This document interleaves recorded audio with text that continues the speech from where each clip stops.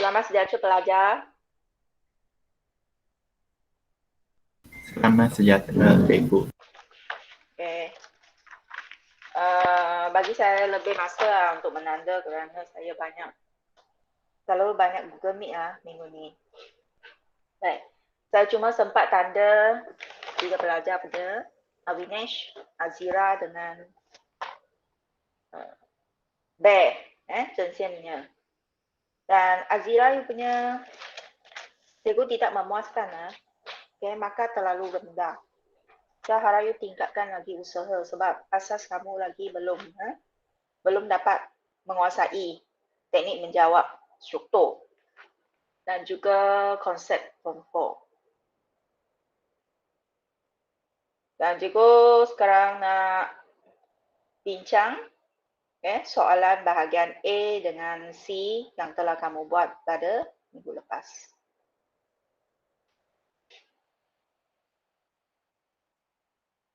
Okay, saya terus kepada skema tu. Soalan tu pelajar boleh rujuk PDF yang saya share dalam group.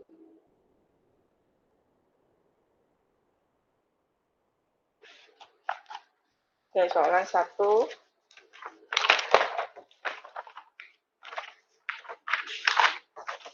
Pelajar 1 menunjukkan graf suhu melawan masa apabila cecair naftalina disejukkan. Nyatakan takat beku naftalina. Okay, yang ini ingat perlu ada unit T2 darjah Celsius. Takat beku adalah suhu yang mala pada kawasan Q dan R. Di mana cecair bertukar menjadi pepejal. Ingat, mesti letak unit. Okay, apakah keadaan jirim dari R ke S? Dari R ke S, iaitu pada fasa yang ketiga, selepas takat beku, semua cecair telah menjadi pepejal. Jadi, wujud sebagai pepejal. Nyatakan perubahan tenaga kinetik dari P ke Q. Q dalam cecair kan. Jadi, bila tenaga kinetik dia dari P ke Q, dia akan semakin berkurang. Kerana dari cecair, dia bertukar kepada pepejal. Jadi, tenaga kinetik semakin berkurang.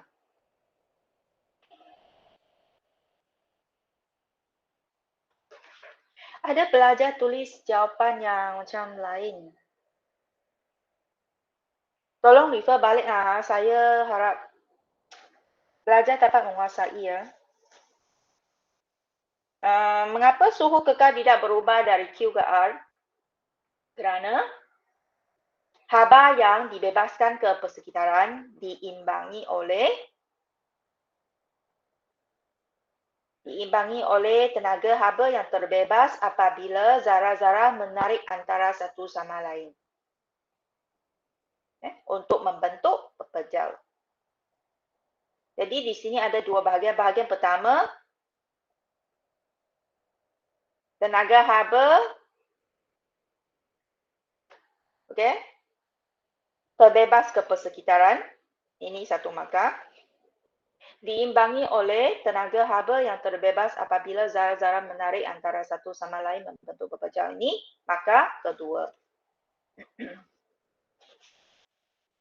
Raja 2 menunjukkan susunan atom bagi dua jenis alloy bagi kuprum. Nak tanya suara saya cukup jelas tak? Jelas. Jelas. Lebih jelas dari dulu, betul? Ke sama? Jelas.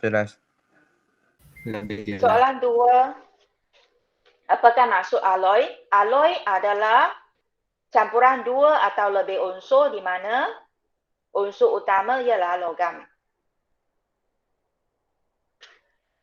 Namakan alloy P. Alloy P, gambar raja yang kedua.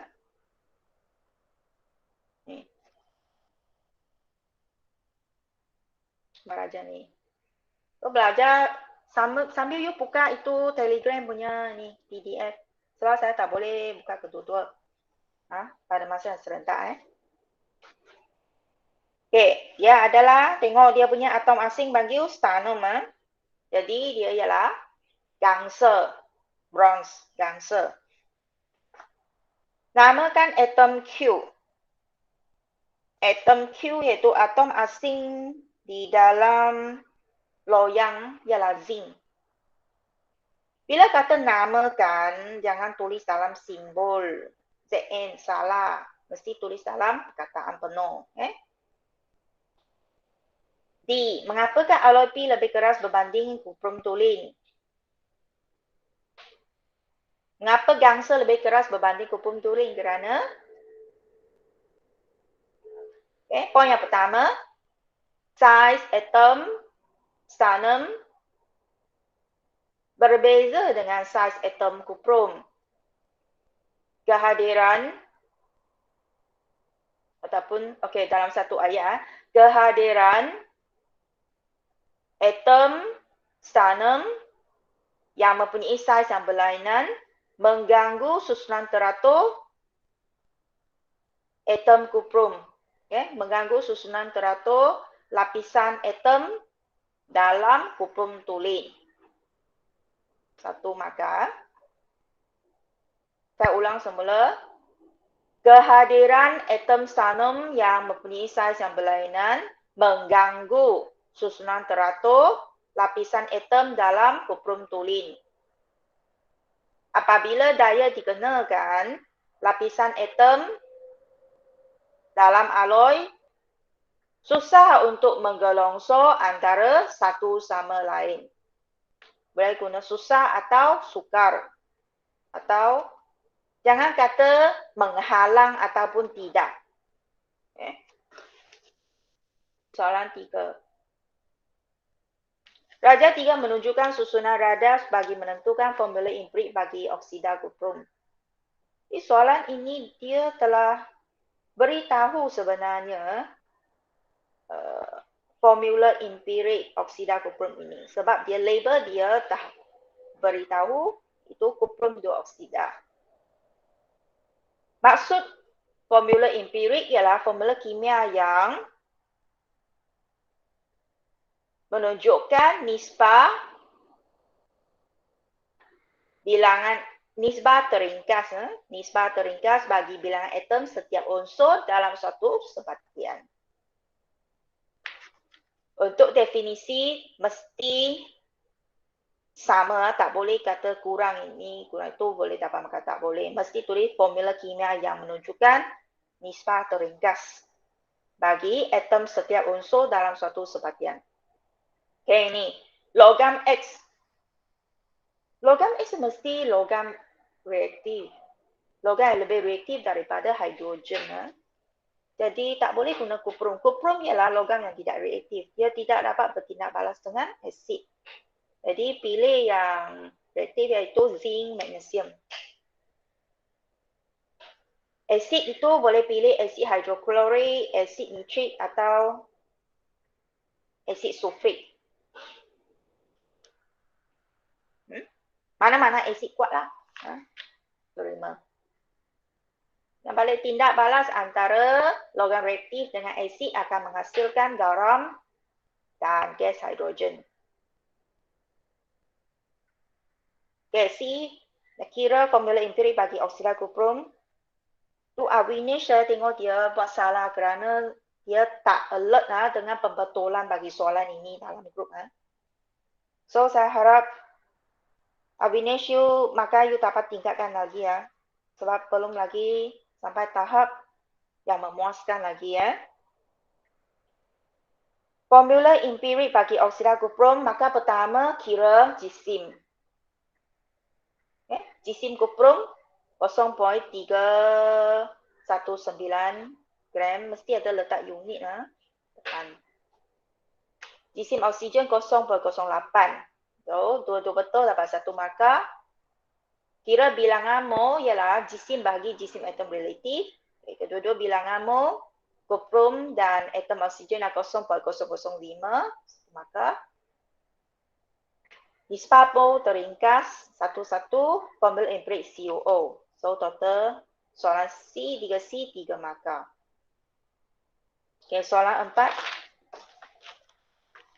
Raja 4 menunjukkan simbol atom bagi unsur U dan V. Huruf yang digunakan bukan simbol sebenar bagi unsur-unsur itu. Apakah yang diwakili oleh angka 7? Angka 7 ni. Angka 7 ialah nombor nukleon. Mesti ada depan ada perkataan nombor. Susunan elektron bagi atom unsur V. Guna nombor proton tulis susunan elektron. 281. Apakah persamaan antara unsur U dan V? Sebab soalan ini tak begitu jelas. Dia kena kata unsur U dan V terletak di kumpulan mana? Beri sebab. Dia terletak di kumpulan 1 kerana mempunyai 1 elektron valence. Kerana atom U dan V mempunyai 1 elektron valence. Ingat, bilangan elektron, bilangan proton, bilangan neutron mesti rujuk kepada atom tersebut, bukan unsur. Kalau tulis unsur sebenarnya salah. So, sini saya bagi markah 2. Okay? Ingat, mesti tulis atom. Okay. 0.5 mol unsur V, dia bertindak balas dengan gas oksigen. Tulis persamaan kimia seimbang. Tahu V itu ialah natrium.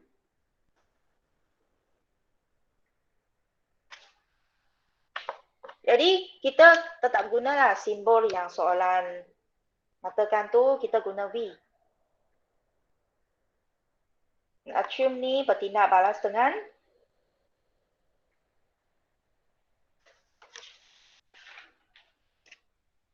oksigen, hasil natrium oksida.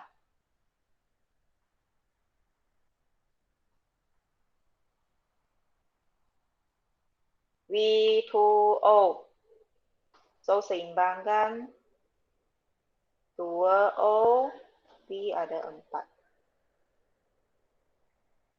Okay. So, ini dapat 2 markah. Formula kimia betul dan seimbang betul, 2 markah.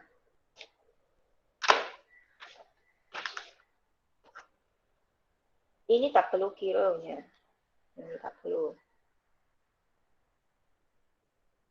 Okay, sekarang soalan tanya kira hasil tindak balas bermaksud kira jisim bagi V2O daripada persamaan 1 mol atom V.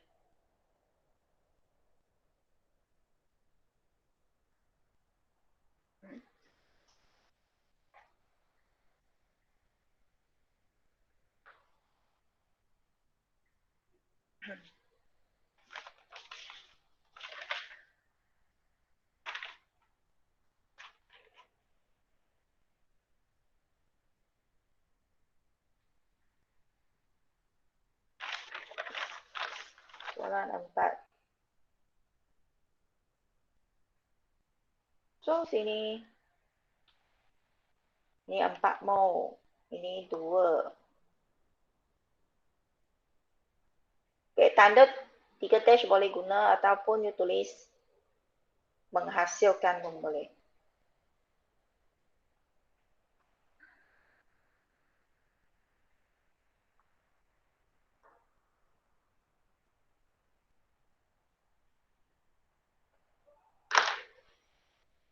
Empat mol atom V akan menghasilkan 2 mol V2O.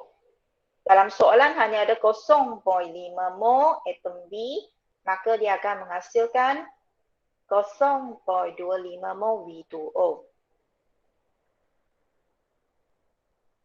Jisim V2O, natrium oksida ialah guna bilangan mol darab dengan jisim atom relatif, jisim formula relatif GC molar. Okay, 15.5 gram betul. Awinya saya tengok you tak buat ini ya. Soalan yang mengira itu mesti keluar punya. Okay, tolong kuasai itu. Pelajar lain tu saya akan tanda hari ini lah pasti. Bila you buat soalan tu saya tanda. Okey, 5. Darjah 5 menunjukkan susunan elektron bagi soalan Z2Y sebatian ion, WY2 sebatian kovalent. Huruf W, Y dan Z bukan simbol sebenar bagi unsur. Okay, sebatian Z2Y ni dan Y, WY2 terbentuk melalui ikatan kimia. Ini yang pertama, ikatan ion. Kedua tu, sebelah kanan tu ikatan kovalent. Okey, ini jawapan untuk B ya. Okey, 5A, dia tanya. Sebatian Z2Y dan WY2 ni terbentuk melalui ikatan kimia, membentukkan ikatan kimia.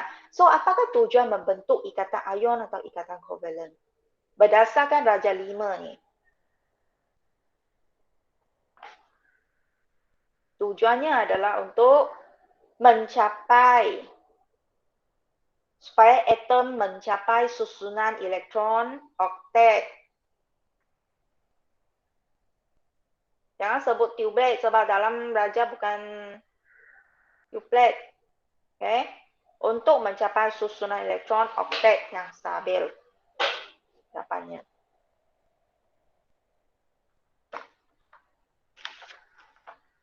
Okay, C, susunan elektron bagi atom unsur Z.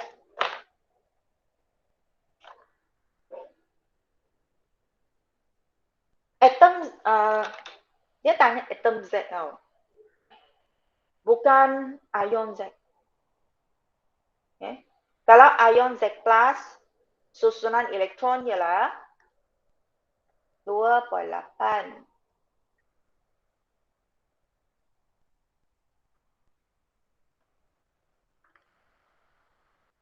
Kalau atom Z, 2.8.1. Kerana ion positif terbentuk apabila atom itu menerima elektron. Kalau posisi 1, maksud atom Z telah menerima 1 elektron. Baru dia bentuk ion Z+ dengan susunan elektron oktet 2.8. Jadi tolong telitikan soalan. Baca soalan kena berhati-hati. Seterusnya, bandingkan takat lebur dan takat didih bagi sebatian Z2Y dan WY2.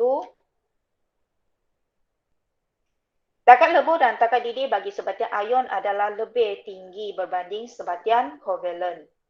Okay, ini betul. Beri sebab 3 markah.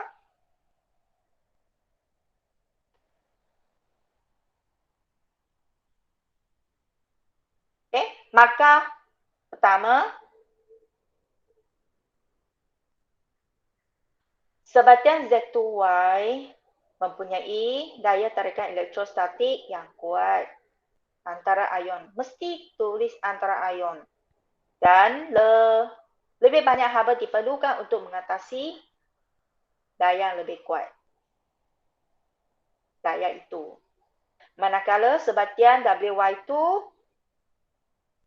mempunyai daya tarikan van der Waals antara molekul yang lemah. Okay. Sebatian WY2 ialah sebatian kovalent. Terdapat daya tarikan van der Waals yang lemah antara molekul.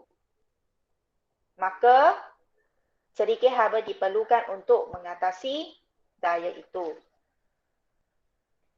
Jadi 3 markah dia dibagi. Yang pertama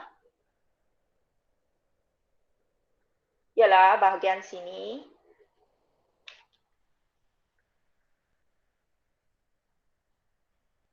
Ini 1 markah. Okay. Markah kedua ialah berbandingan kuantiti tenaga yang diperlukan. Dan yang ketiga ialah yang ini. Okey. Jadi sebenarnya ini dalam soalan SPM essay. Macam 2 tahun lepas punya soalan.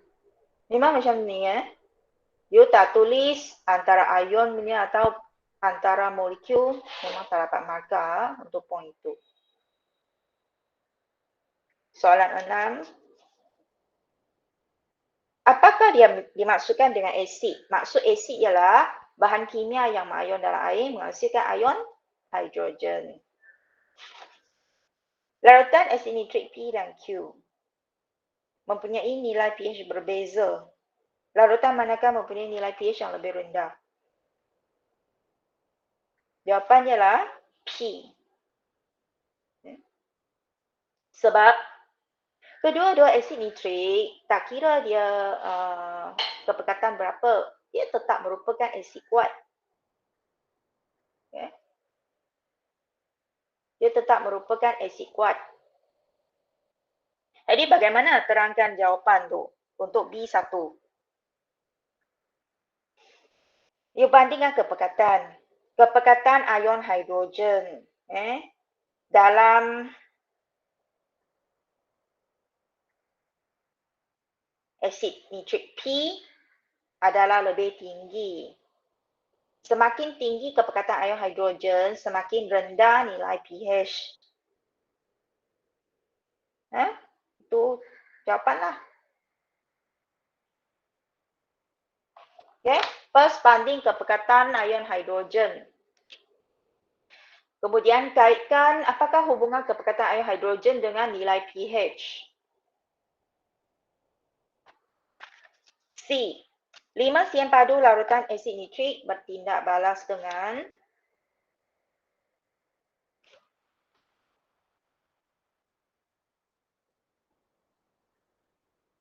kosong pada 1 berdiam pada Hyaluron karbonat berlebihan seperti yang ditunjukkan dalam rajah 6. Persamaan kimia seimbang. Okey. Jadi betul. Formula kimia semua betul dan dapat seimbang dengan tepat buah markah. C2. Hitung isi padu gas karbon dioksida yang terbebas pada suhu bilik. Soalan dah bagi M dan B asid nitrik. Jadi guna formula MV bagi 1000 dapat bilangan mol bagi asid nitrik.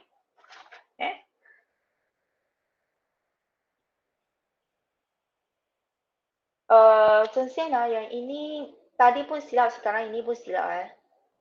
Kamu barisan yang pertama ni perbandingan nisbah mol mesti rujuk kepada persamaan kimia yang seimbang.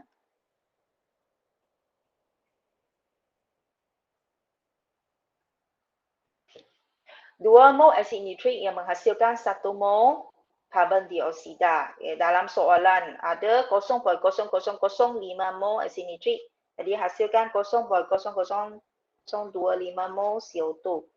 Isi padu CO2 bilangan mol darab isi padu molar pada suhu bilik, so dapat 0.006 PM padu. Jadi dalam SPM salah satu betul dia dapat markah. Tapi dalam latihan dua-dua saya harap boleh tulis dengan betul.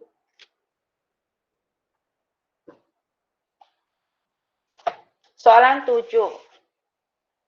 Rajah 7.1 menunjukkan susunan radas untuk mengaji elektrolisis bagi larutan kupum 2 nitrat 1 mol berdiam padu bagi 2 set yang berbeza menggunakan elektrod yang berbeza. Set 1 dia guna elektrod karbon. Jadi faktor E0 yang akan mempengaruhi pemilihan untuk dinyacaskan. Untuk anod, anion yang lebih negatif akan dipilih untuk dinyacaskan di anod. Manakala untuk katot, cation yang kurang negatif atau lebih positif akan dipilih untuk dinyacas di katot. Manakala untuk set 2, jenis elektrod yang mempengaruhi ya, iaitu elektrod aktif, iaitu elektrod logam yang berada pada anod, dia akan larut atau menipis kerana atom di sini atom kuprum dia membebaskan elektron membentuk ion kuprum 2. Untuk katod tetap faktor E0 yang mempengaruhi. Okey. Dia ada ion kuprum 2 dan ion hidrogen.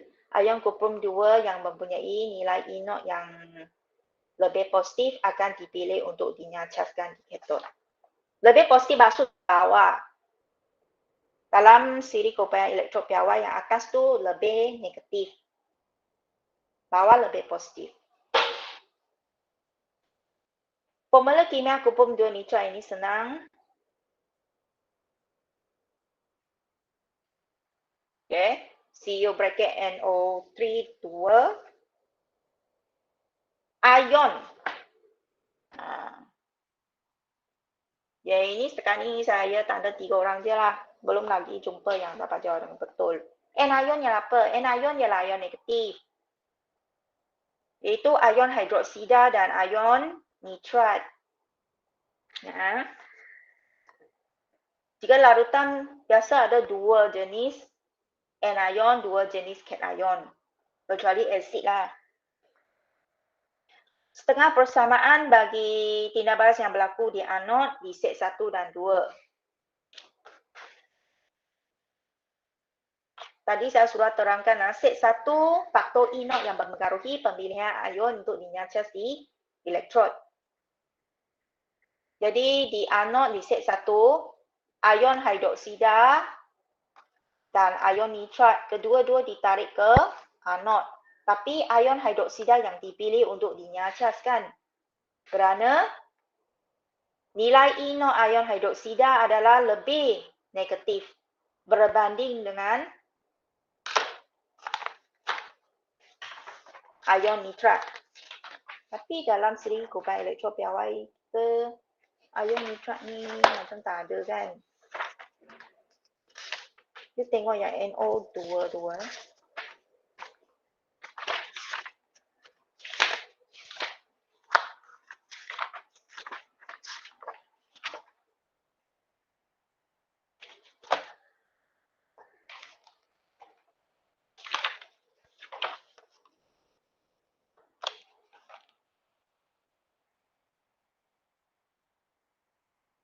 Dia tengok tata rumus dia ada. Okay.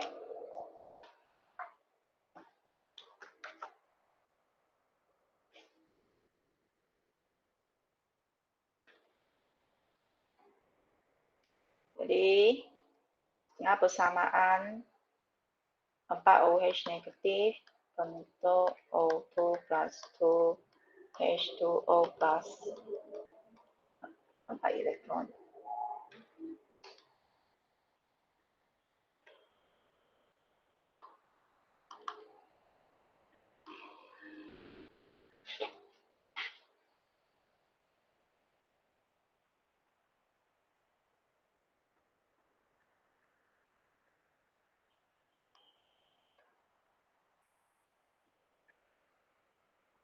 Okey. Set 2, tadi dah katalah. Logam pada anod, ia akan, atom logam itu akan membebaskan elektron membentuk ion positif. Ya. Selepas 10 minit, bandingkan keamatan warna bagi larutan dalam set 1 dan 2. Terangkan jawapan anda.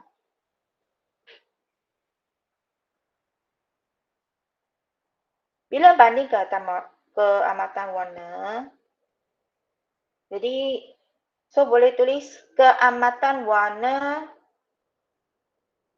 biru bagi keamatan warna biru bagi larutan set 1 berkurang berbanding dengan set 2. Semakin pudar saya terima juga. Okay. The intensity color of solution in set 1 decreases compared to set 2. Mengapa? Okay, sebab ialah kepekatan ion kuprum 2 dalam set 1 berkurang. Manakala kepekatan ion kuprum 2 dalam set 2 kekal tidak berubah.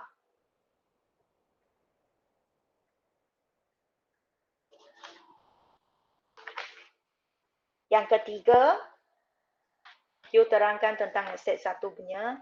Mengapa kepekatan ion kuprum 2 dalam set 1 dia berkurang? Dalam set 1,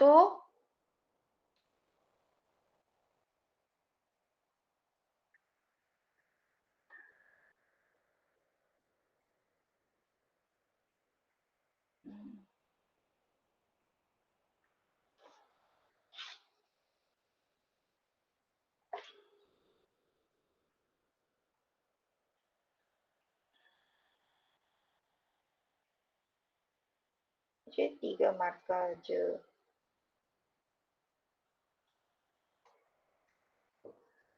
Sekejap ah.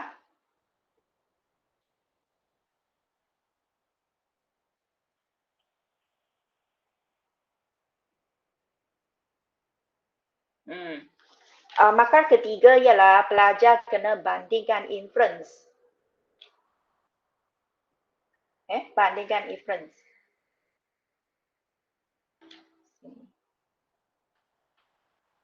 Okay, saya tulis ke sini.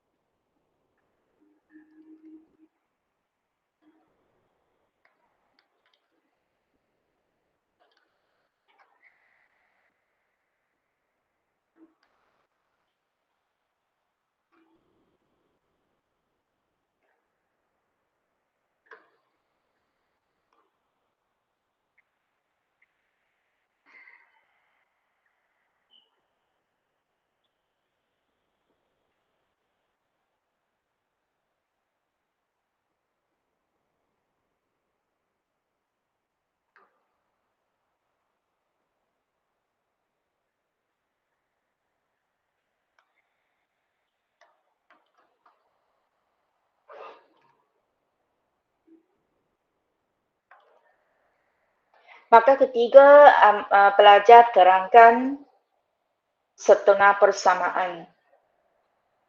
Okay? Dalam bentuk ayat.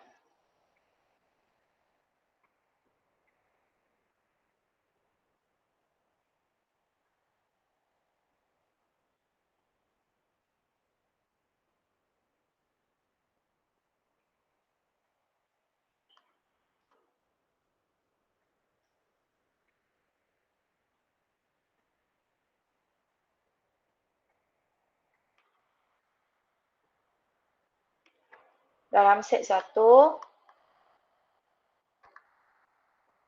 ion kuprum 2 dinyacas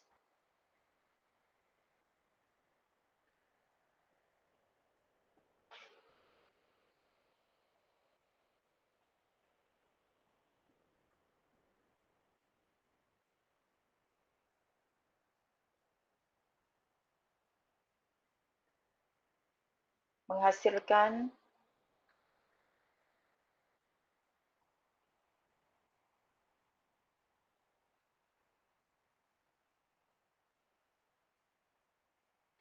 bagaimana dia dinyacas adalah dengan menerima elektron.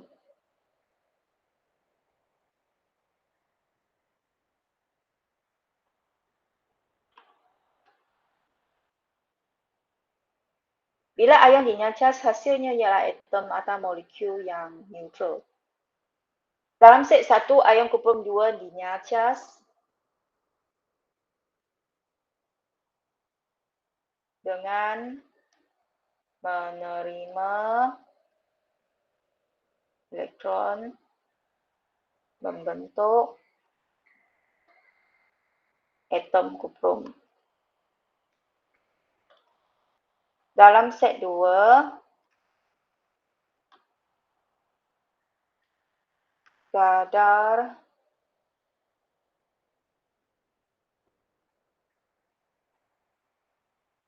pengayunan.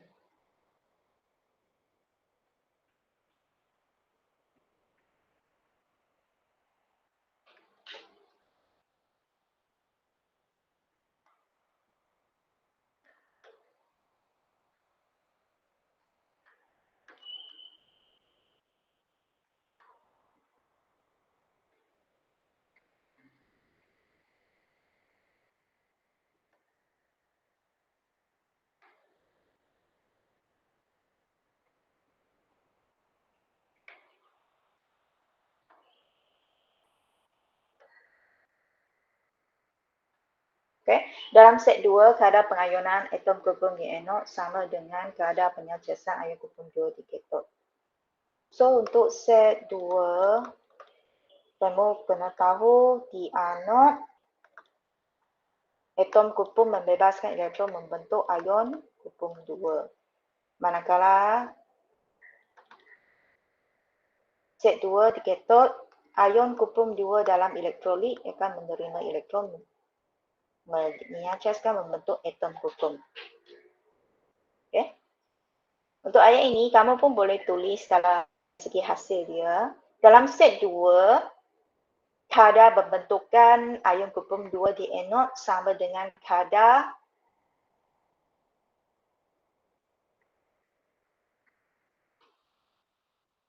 pembentukan atom kupon di katod pun boleh.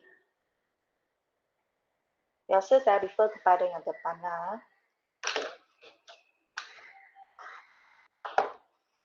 Okey. Soalan sikit lagi. Masa 15 minit.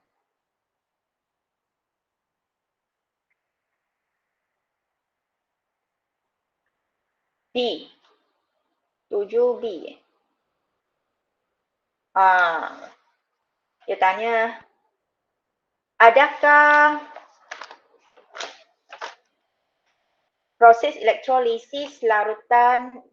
elektrolisis leburan aluminium oksida mesra alam? Tidak.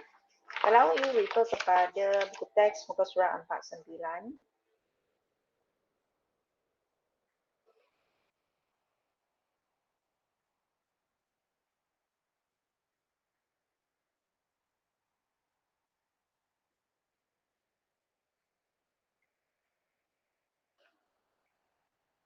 Kamu akan nampak tu pesan atau pencemaran enak cemar merah toksik dari sisa boksit. Boksit ialah aluminium oksida.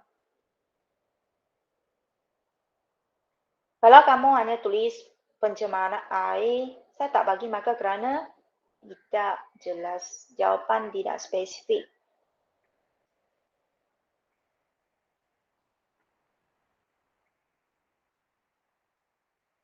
Muka surat 49.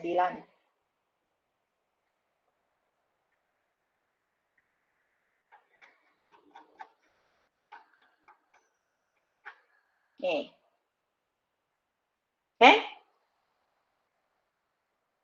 Proses elektrolisis leburan pambem aluminium oksida tidak mesra alam. Kerana keseluruhan proses pengestrakan aluminium dia menggunakan tenaga elektrik yang sangat tinggi. So, dia membebaskan haba yang banyak ke persekitaran. Gas karbon dioksida yang dihasilkan semasa proses elektrolisis leburan aluminium oksida boleh menyebabkan kesan rumah hijau.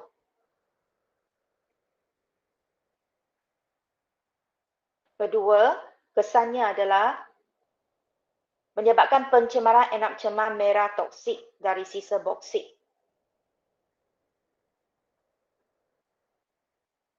Okay. Proses penurunan boksit turut menghasilkan sisa boksit dalam bentuk enak cemar merah yang bersifat toksik. So, ada dua kesan ini. Kalau ini pelajar kata tindak balas proses pengestrakan aluminium menggunakan tenaga elektron yang tinggi, ini saya bagi betul juga.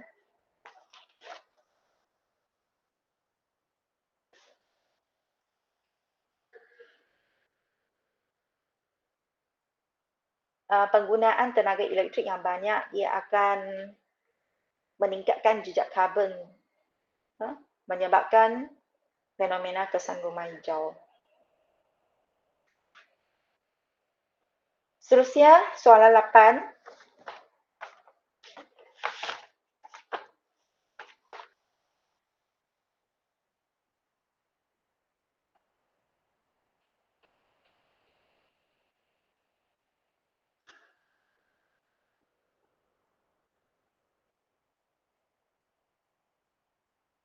Raja 8 menunjukkan susunan radar yang dibina oleh Mariani apabila lita dilengkapkan jarum galvanometer telah terpesong. Nyatakan terminal negatif. Jadi lihat kepada larutan digunakan, kena pasti ejen pengoksidaan dan ejen penurunan.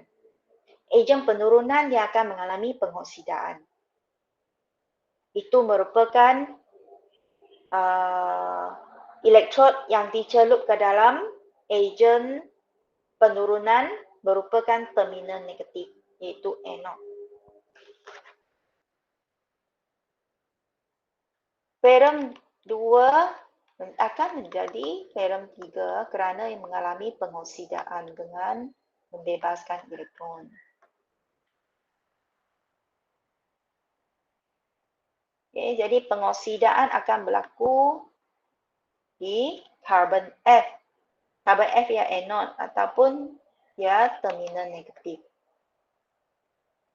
Air bromin akan mengalami pengoksidaan kerana air bromin ialah ejen pengoksidaan, dia mengalami penurunan. Bromin menjadi bromida dengan menerima 2 elektron. Okey, untuk jawab soalan keseimbangan redoks yang melibatkan setengah persamaan, tulislah dulu setengah persamaan itu pada raja. Air bromin ialah ejen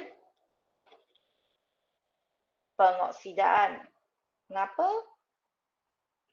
Kerana air bromin ialah penerima, nampak? Penerima elektron. Kita ikut buku teks. Ucapan lain saya tak terima. And bromine water is electron acceptor.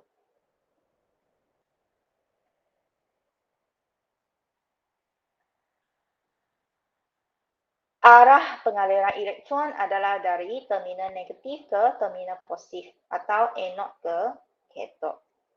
Okay. Bagaimana mengesahkan kehadiran cation ferrum 3 tu? Warna larutan ferrum 2 sulfat berubah dari hijau ke perang. Huraikan secara ringkas ujian kimia untuk menggambar. Pasti cation yang hadir. Kena pasti ion ferrum 3 ni.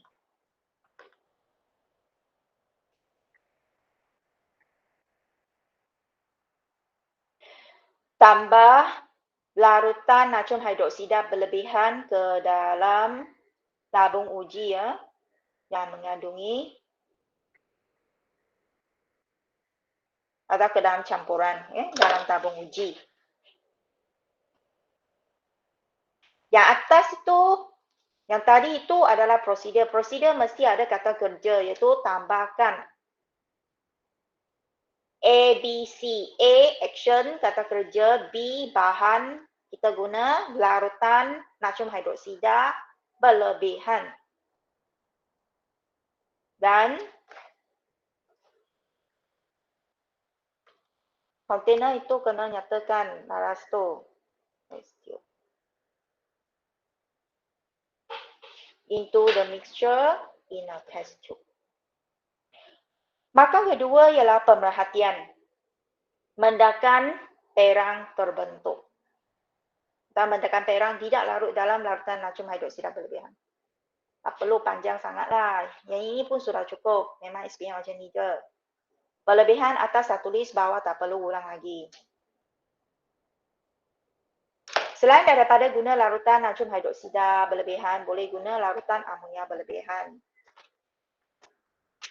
Pemerhatiannya tetap sama, iaitu mendakan perang terbentuk. Selain itu boleh guna larutan kalium heksasianofrat 2. Larutan kalium heksasianofrat 2 untuk menguji kehadiran ion ferrum 3. Jadi perhatiannya kalau guna larutan kalium heksasianofrat 2 ialah mendakan biru tua terbentuk. Guna larutan kalium heksasianofrat 2 tak perlu kata berlebihan. Berlebihan hanya untuk larutan natrium hidroksida dan larutan amonia saja. Mesti ada perkataan larutan, tak tulis larutan salah. Boleh juga guna larutan kalium tiosianat.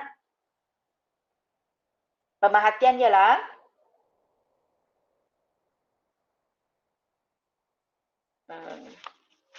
merah darah.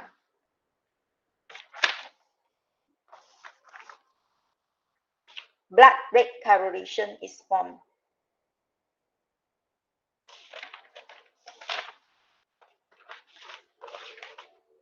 Dalam bahasa Melayu ialah tiosianat.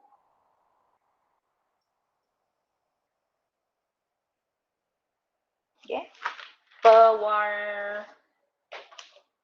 Larutan yang berwarna merah darah terbentuk. Pewarnaan merah darah terbentuk pun boleh.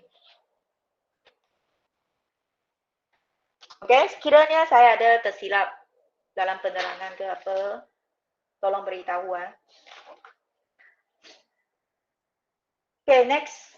Ada 5 minit lagi.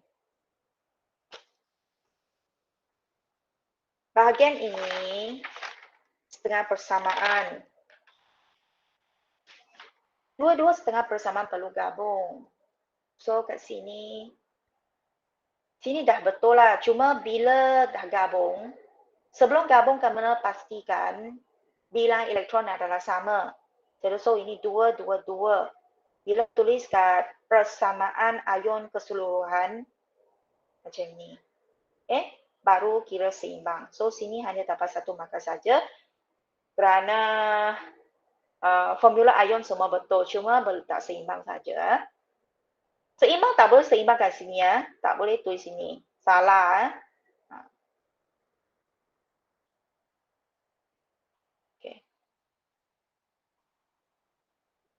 Seterusnya, gambar raja tu 2 markah. Lukis satu gambar raja berlabel bagi susunan radas menunjukkan pemindahan elektron bagi satu jarak dengan guna bahan-bahan lain yang sesuai. So, maksudnya bahan dan radas kena lain. Gunalah tube U. Kerana tube U adalah untuk mengkaji pemindahan elektron pada satu jarak. Selain itu, ejen pengoksidan, ejen penurunan guna contoh lain. Okay. Ejen pengoksidan boleh guna larutan kalium manganat 7 berasid atau larutan kalium dikromat 6 berasid atau air klorin.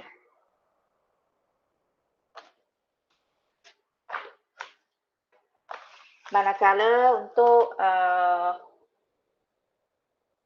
ejen penurunan mesti mengalami pengoksidaan. Okay. Boleh pilih kalium iodida ya. Larutan Ki. Sebab Ki ni iodida dia akan bentuk iodin. So ini pengoksidaan berlaku. Jadi ini ejen penurunan.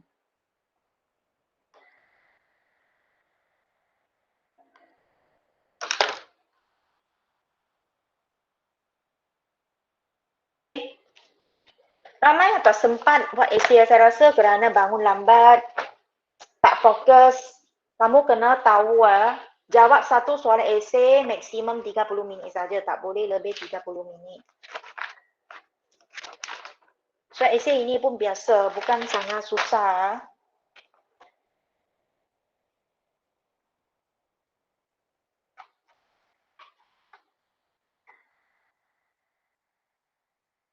Pelajar 11 menunjukkan beberapa siri tindak balas yang melibatkan sebatian X. Sebatian X ini dihasilkan daripada tindak balas P. Okay. Apabila serbuk glukosa bertindak balas dengan yeast dalam tindak balas P, dihasilkan sebatian X. Jadi dari sini kita nampak serbuk glukosa dan yeast kita sudah tahu ini ialah proses penapaian. Proses penapaian glukosa atau proses penapaian. Jadi hasillah etanol. Sebatian X ialah etanol. Dia tanya siri homolog. Siri homolog ialah nama family. Jadi ini panggil alkohol. Kalau dalam sebatian Y, sebatian porselin kita tahu ini proses pendehidratan. Dehydration. Jadi hasilkan alkina. Sebatian Z ini dia guna sebatian X dan tindak balas R dia guna mangkin larutan kalium manganat 7 berasid. Ini ialah ejen pengoksidaan. Jadi ini tindak balas pengoksidaan. Z ialah asid karboksilik.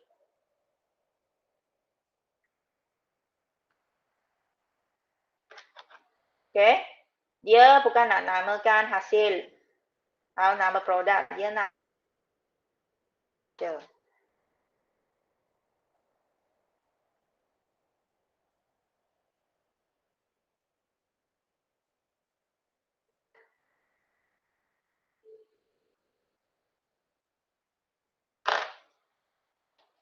Persamaan kimia seimbang bagi pembakaran etanol dalam oksigen berlebihan. Ini betul.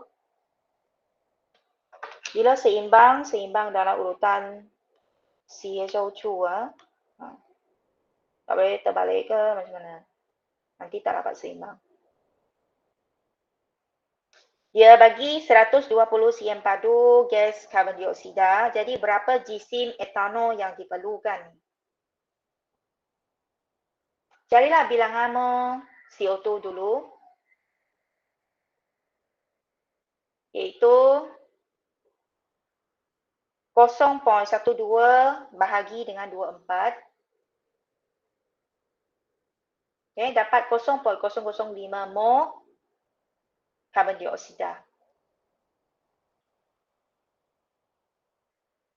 Depan lebih baik tulis apakah yang kamu kira tu.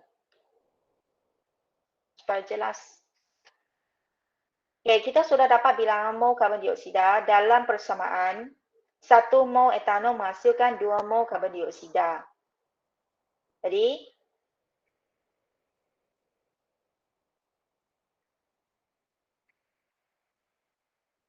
X. Jadi, nisbah tu ada, kalau boleh tulis macam ni. C2H5OH nisbah CO2. Ni 1 nisbah 2. Lepas tu dalam soalan 0.005 di depan ini yang 0.0025.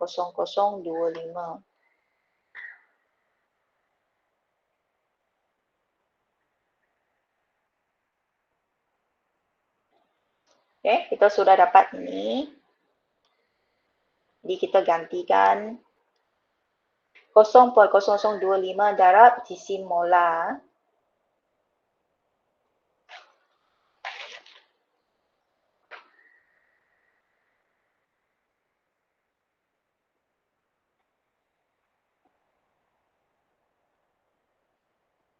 Okay. Okay. Last. Sebatian X. Ini pelajar saya sudah terangkan kaedah yang mengira itu. Kalau kaedah betul mengira biasanya boleh buatlah kalau tak salah tekan ke apa. Sebatian X boleh dihasilkan di magma melalui proses P, penapaian. Huraikan satu eksperimen untuk menghasilkan sebatian puding X di magma dengan menggunakan jus nanas menggantikan serbuk glukosa.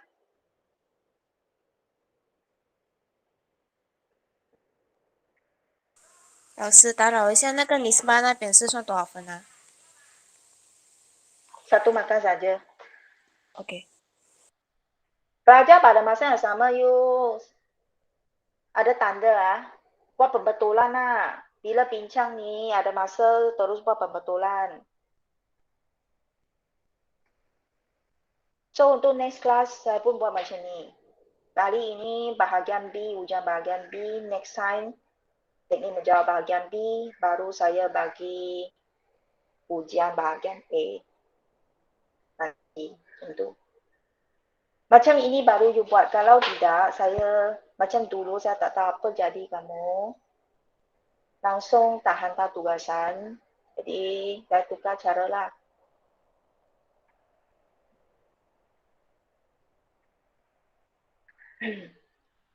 Ini 5 markah kan? Okey. Persamaan kimia seimbang 2 markah. Bilangan CO2 1 markah. Dan bilangan etanol atau sebagai X 1 markah. Dan jisim etanol 1 markah. So, total 5 markah. Untuk bahagian C, sebelah C, 10 markah. 2 markah. 1 markah untuk sel bahan, 1 markah sel radas. Atau sebab soalan tak mention kan. Jadi pelajar kalau ada tulis pemerhatian saya pun bagi markah. Pemerhatian 2 markah lah. Okay, yang pertama. Banyak buih terbentuk dalam campuran penapaian. Sampai dia overflow kan. Banyak buih terbentuk dalam campuran penapaian. Gas tidak berwarna terbebas dalam proses penapaian ataupun gas tidak berwarna yang dibebaskan semasa proses penapaian menukarkan atau mengeruhkan air kapur.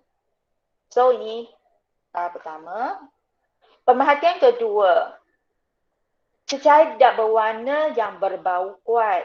Kena ada berbau kuat. Kalau tidak, ini macam air saja, tak boleh. Cecair tidak berwarna berbau kuat diperoleh melalui penyulingan berperingkat. Berhasil. Okay, 2 markah sama ada you listkan senarai radas dan bahan yang lengkap.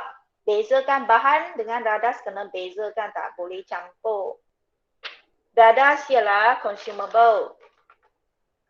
Bahan yang consumable dah guna dah akan berkurang. Okay, next time kena ganti yang baru. Radas ni boleh guna semula. Prosedur 8 markah. Senang dalam textbooks. Tengok sebarang karbon.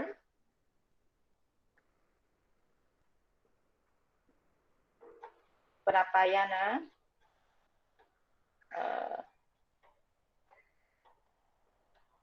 ni muka surat 8, 9 dan 90.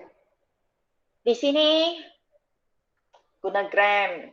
Tak boleh kata 100 yang padu ini dah lebih 100 gram ni. Atau 100 gram ni. Terlalu banyak nisbahnya. Nisbah ialah jus buah-buahan, nisbah yeast ialah 2, nisbah 1 sahaja.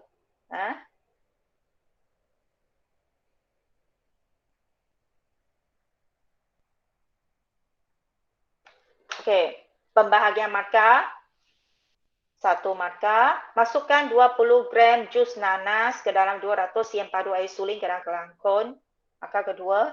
Tambahkan 10 gram yeast ke dalam kelangkon dan kaca campuran sehingga sekata guna rod kaca. 3. Tutup kelangkon dengan salur kaca yang dipasang dengan salur pengantar.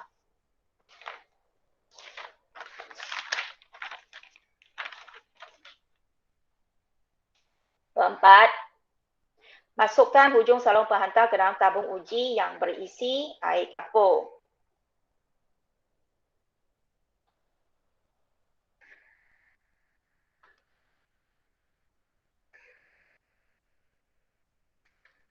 Satu markah. Letakkan susunan radas pada suhu bilik iaitu 30 darjah Celsius selama 3 hari. 1 markah. Selepas 3 hari, turaskan campuran dalam kelangkon. Kalau boleh ini ayat prosedur semua dalam ayat aktif. Next. masukkan hasil turasan atau tuangkan hasil turasan ke dalam gelalang dasar bulat.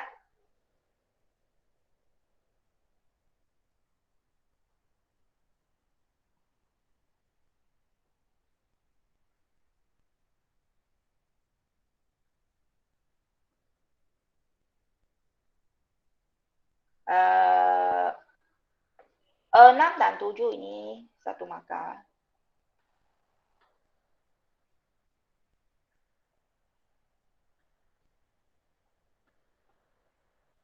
Dia combine. Next. Panaskan hasil turasan dalam kukus air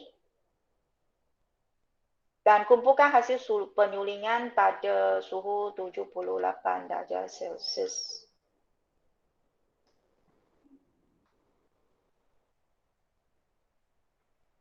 Rekodkan warna dan bau hasil penyulingan.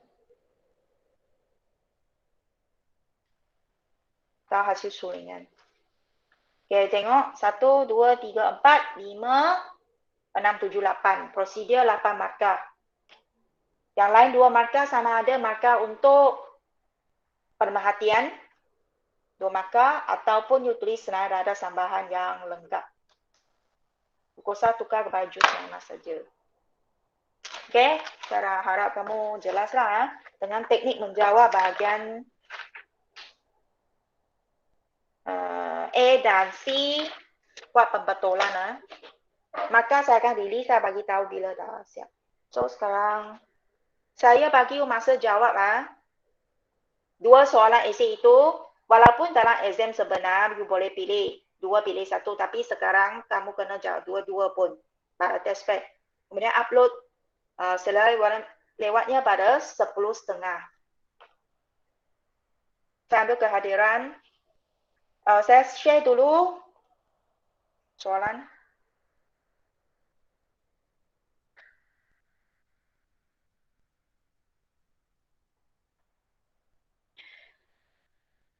Last time banyak pelajar tak jawab bahagian C ya. Kalau elakkan jawab bahagian C ni, kamu susah nak lulus. Soalan saya sudah share soal ujian hari ini. Sila mula jawab. Nanti jangan log off dulu. Kehadiran belum diambil.